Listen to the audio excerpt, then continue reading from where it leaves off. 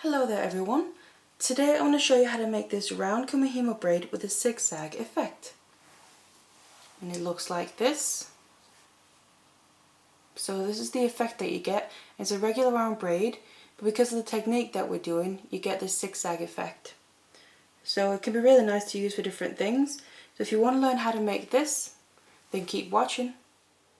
And so these are the things that I'm going to be using to show you this technique.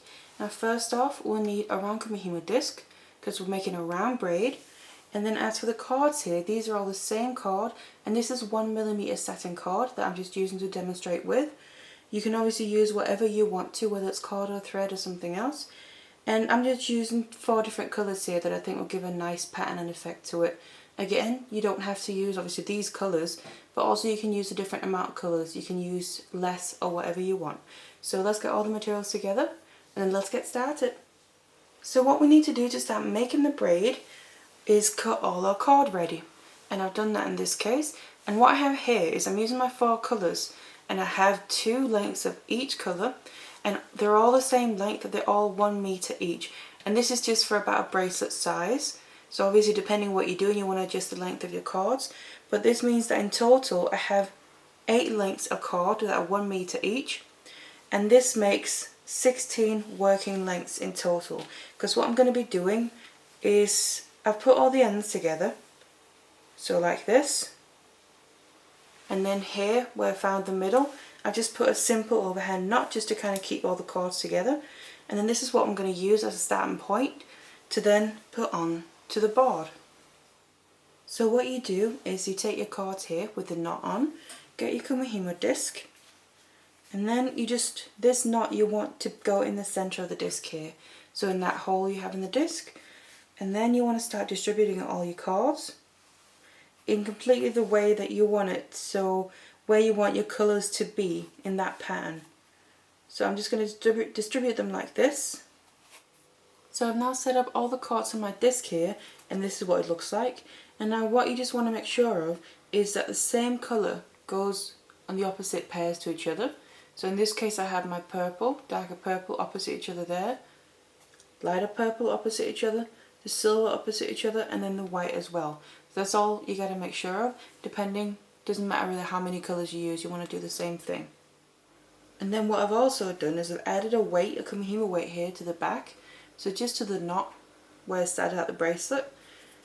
And you either want to, I would recommend you either use a weight like this, or you can make your own weight, just a bag, an organza bag or something with some coins in, or you can even just put a bit of wire around that knot to help you pull it down. But you just need something to kind of help you pull the braid down. It's going to help you make it nice and even. So now we need to start making the actual braid, and what we're going to do is start with one pair here. We're working with opposite pairs, so very much like a regular basic Kumihimo braid. The only thing is we're going to be changing direction throughout, but I'll explain that when we get to it. So what I'm going to start with is this pair, and also don't worry about the numbers on it, I'm just using the dots here as guidelines. So I'm starting with just the ones in front of me, and I'll take my bottom left one, bring it up and over, and stay on the left side of the top pair. Take the top right one, bring it down, and stay on the right side. And now we want to turn the disc for the next pair, and we want to move in the direction to the pair that's closest. So that means in this case I'm then turning my disc clockwise, so this way, because there's only one space there in between them pairs. So that's what you want to do next. Do the same thing, the bottom left one, bring it up, top right one, and bring it down. And then again turn your disc to the next pair, to the one that's closest, and then you want to go the bottom left one, bring it up, and the top right one, and bring it down. Turn your disc again. You just want to keep doing this for a while, because we're first building up a first little part of braid before we then need to change the direction to achieve that zigzag effect. So I'm just going to take you through the whole step and not miss anything out. And keep doing this, and how long you do it for is completely up to you. You can do it for longer, so there's further distance between your zigzag places, or you can do it shorter, that's completely up to you. But what I'm going to do as well is, because you want to Obviously it's up to you what you want to do with your design, but I prefer to try and get the zigzag pattern quite even on my braid.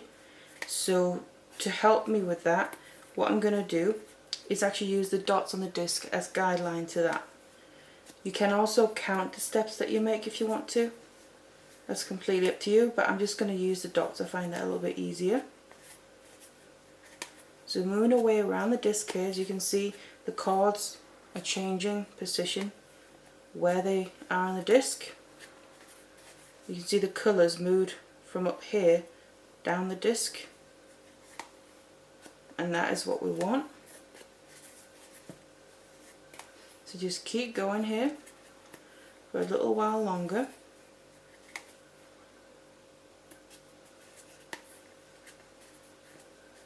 Just taking the same cord, the bottom left one up, top right one down.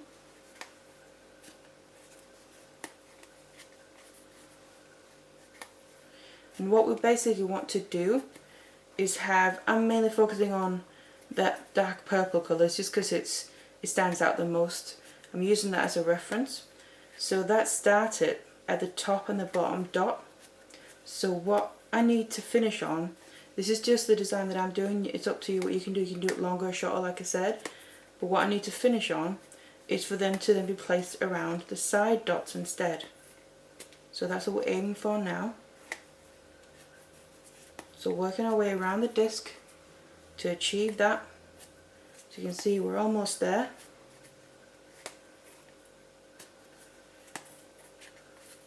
And this is the last one with this, because now you can see that pair is around the dot and this pair is. But we just need to complete this whole go around as well. So all the other ones need to be in place. So basically you want all your cords to end up again being evenly spaced on the disc. So like this. So now your disc will look a little something like this, where like I said, the dark purple ones started in this position. They've now moved around the disc to go on the side, and the silver ones that were on the side have moved around to go to the top and the bottom. So that's what we're doing now, and that's the guide I'm going to use throughout.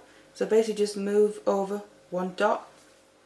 And now that we've done the first little section, what we need to do now is get our cords in position so we can then switch direction and move the other way around the disc. So the way that I'm going to do that is I'm just going to start with the last pair that I did, which in my case was the light purple. So this one, and you can see the top one, the ones that are right on top of your braid in the middle are the ones that you crossed over the last. So in that case that's the top left one on mine and the bottom right one on the bottom here. So what we need to do is grab them, so that top left one, because that's the one that's going across the middle, jump over the very next one in that same pair to the right, go to the next pair, jump over one, just jump over one and put it in the slot next to there, and do this with every single pair, moving all the way around the disc. So your pairs are still going to be spaced evenly, but basically the cords are just switch in place. And the last one, like that. As you can see, we're back to where we began. It's just the cords have moved a little bit. So now this is the position that we're in, and I'm back to the ones I just started moving, the light purple ones in my case. So what we need to do now is start a new section, but work in the opposite direction. So what I'm going to do is, you want to kind of just have a look and pick out the right cords. What I'm going to do is grab the ones, if you look right close to your braid, you can kind of see the cords are coming out from your braid at different levels. It might be hard to see on here, but you'll be able to see it on your own. So what you want to grab first is the cord, or the pair really, where the cord is coming out the very lowest on the braid. So in that case it means you don't start with this purple one, the light purple. In my case I want to start with the dark purple. That means I move over to, again, this was the very original pair that I started with originally as well. So that's the one I want to start with now. And in this case I want to take the bottom right one. We started on the bottom left one before, so I do the opposite now. You can also see that is the very lowest cord if you look in the center. So the bottom right one, bring it up and over, stay on the right side, and the top left one, bring it down. And again, same principle, we now want to turn the disc for the next pair, will go towards the pair that's closest. That means we move the disc in the opposite direction. So that's this one in my case, the light purple. Do the same thing. The bottom right one up, top left one down. Next pair, bottom right one up, top left one down. And now we're moving anti-clockwise with the disc. So that's the opposite direction from before. And you just keep going again. Same principle as before, we're just doing everything opposite. And that is how you achieve that zigzag effect.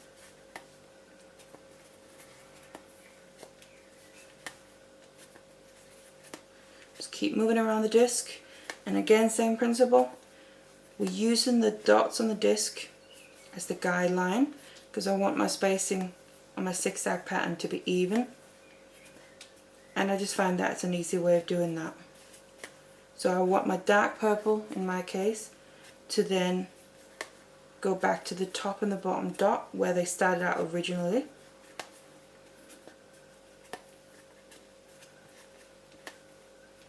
Moving all the way across.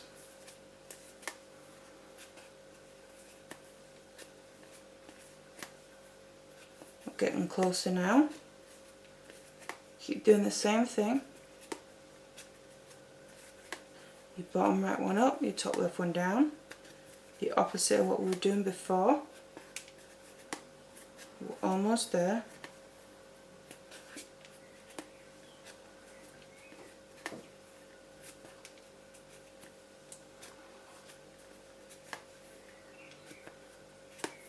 Like that, and then this is going to be the last one, last go around, because now you can see the dark purple around the dot, but we just want to complete this section. So again, all the chords are evenly spaced on the disc. So just like this, and then we're back to the original starting point. So now it's the same principle as the last turn we did. So the last time we changed direction, I'm going to go back to the very last pair that I just did, so that means the white one in my case, because those are the top chords you can see crossing over in the middle. And to change direction, we need to jump over with our chord, but this time the other way. So that means the top right one, because that's the last one that I brought over, jumps over towards the left side in this case, because it just jumps over the other one in that same pair. And then go all the way around the disc, take your right one, jump over one, with every pair around the disc. So again, your chords just move a little bit. So we can then start out doing the next turn to get the zigzag effect. So that means we now start from the very beginning again, very first step, which means I started with my bottom left one, and remember you need to start with the ones that are furthest down the braid, so you just want to move over one, so don't start with the ones that just you crossed over last, just move over one. In my case it's the dark purple. Bring the bottom left one up, top right one down, and then turn the disc towards the pair that's closest to that. Bottom left one up, top right one down. So again, we're now moving the other way around the disc again. That means clockwise. So we started out with clockwise, then we went anti-clockwise. Now it's clockwise again. And then we just basically keep repeating this. So this is from the beginning again. So you then reach the point where you switch direction. And you just want to keep doing this for as long as you want your braid to be. So I've now reached the end and I'm running out of cord. And then on the other side here, once you've been braiding, this is what it looks like. So you get a zigzag effect here on your round braid. And obviously you can do whatever combination you want of colours, and also change up the amount of cords that you use. But this is just to show you how you get this effect and show you how to do the technique. And then you obviously can finish this off however you want to. I have a video that shows how to finish off Kumihimo braids, so I'm going to put a link to that in the description box. It might be helpful. Otherwise, I really hope that you found this useful and you enjoyed this tutorial.